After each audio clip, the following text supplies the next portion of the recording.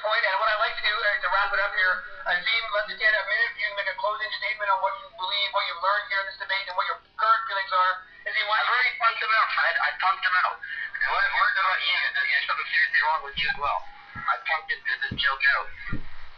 Well, come on. I think you're getting a little carried out. There's anything wrong. I mean, there's probably something wrong with all of us. But I mean, again, you have to consider the fact that, I mean, these are just jokes. I don't think we have to take things so seriously.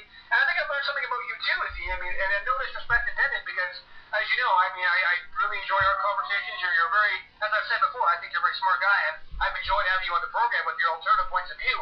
Indeed, I've actually learned things from you based on talking to you, which is why I continue to do it.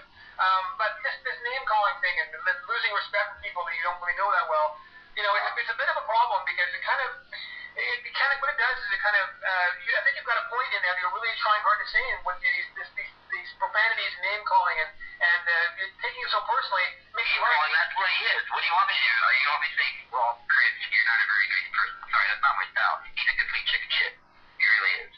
I hope someday someone, even gets a stupid joke, and he gets clobbered for it. Chris, I guess I'll give you... That's real life, Fred. That's real life. What's real life, Azeem? You say something stupid, someone's not going to like it. You're going to get clobbered. That's real life. He doesn't really understand that. Yeah, but I mean, is that right? Is punching someone in the face because you disagree with them right? I mean, you want to talk about morals and what's right and wrong. You know, if someone punches me in the face because they don't like what I have to say, they're going to get charged and go to jail. Yeah, that's what happens. So, which is the right position there? I mean... Maybe you shouldn't have said anything in the first place. Well, maybe not, but that doesn't mean you have to get punched in the face. Exactly. Problem solved right there. You should watch what he says, but he's not. I hope someday somebody knocks him out. Well, an adult would react to that problem saying, I just... That's the only way this guy's going to learn. This is the only way this guy's going to learn. Well, if someone said something offensive to me, and believe me, it's happened, I would be like, okay, thanks for your opinion, and I'd continue doing what I was doing before. I wouldn't punch the guy out. Well, that's exactly what he needs, I think. There's no reasoning with him. Chris, do you think you need a punch in the face? Oh, well, undoubtedly, but I think that punching someone in the face because of mere words is just the ultimate in stupidity, and what a shock that it's coming from Azeem. I mean, I'm not professing to know Azeem very well. I can only judge what I've heard on the program and in the comments page, but this is someone who thinks that a rebuttal to an argument is insulting the person or daring them to do something. He thinks that's a rebuttal. If that's the mentality of the person you're dealing with, a debate is impossible. He went to SMU for 3 years. What was he taking? Home economics? Did he not take any critical thinking courses, any English courses? He has more education than I do. I'm just in my 3rd year, and I didn't graduate in high school. So how the hell do I know more about having a rational adult conversation than this guy does? I mean, you know, he's just rational. Okay, so am I talking here, or is he still going? Like, what's the deal here? Finish up your thought, Chris.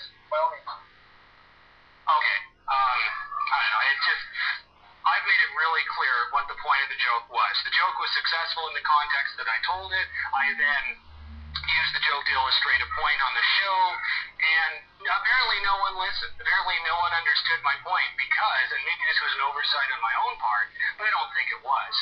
Apparently 2 people, Azeem and this other gentleman, were so incensed by the joke that they couldn't understand the context in which it was presented. They couldn't understand the rest of my words. He says he's listened to everything I said, but his behavior here indicates he hasn't. So it's really difficult for me to, you know, I can't even get a word in edgewise. You're making all my points for me, which I'm very grateful for. You very calmly kind of exposed his utter hypocrisy and his lack of any kind of intellectual rigor, and all he's fallen back to, he never had anything in the first place except for, well, tell the joke to me now, and he keeps repeating everybody now, but you're not, you're spineless, your gut, and he thinks he's making a point by saying that, except the whole point of the joke was that, oh my god, yeah, see, this is exactly it. This guy, the internet, I just bugged you under your internet world there, pal. Where did you dig this guy up? This guy's been in the ECCW too freaking long. He doesn't understand the difference between the ring and trash talking in the ring and how adults... You don't understand that you're not making the joke. You're making one that's funny. Well, guys, you know what? At this point, it's like the more he talks, the more I win. And There's no way he's going to understand. I made you look like a complete fool online here. It's your own turf. I made you look like a complete fool. You won't tell your joke because you're a chicken shit. Complete chicken shit. I asked you to meet me somewhere and meet me and then tell me your joke. You still won't do it. Clearly, I started walking up in your face. I managed just to invited me I started walking up in your face. face to face so we could beat the crap. Make sure bedtime is at 10 o'clock. I'm just an utter moron. I mean, clearly. Well, Let's wrap this up. It's bedtime at 9 o'clock. it's been entertaining. It's been educational. A lot of people have had their opinions shared. I mean, this is pretty much almost what we could hope for. Maybe the discourse could have been friendlier, but Azeem, really seriously, There was no discourse. There was no discourse. There was no exchange of ideas. I tried and failed because I was talking to a brick wall. No, you didn't. I asked you to make your joke and you didn't. I punked you out in front of everybody. You're a loser. You're a chicken shit. You forever be a moron.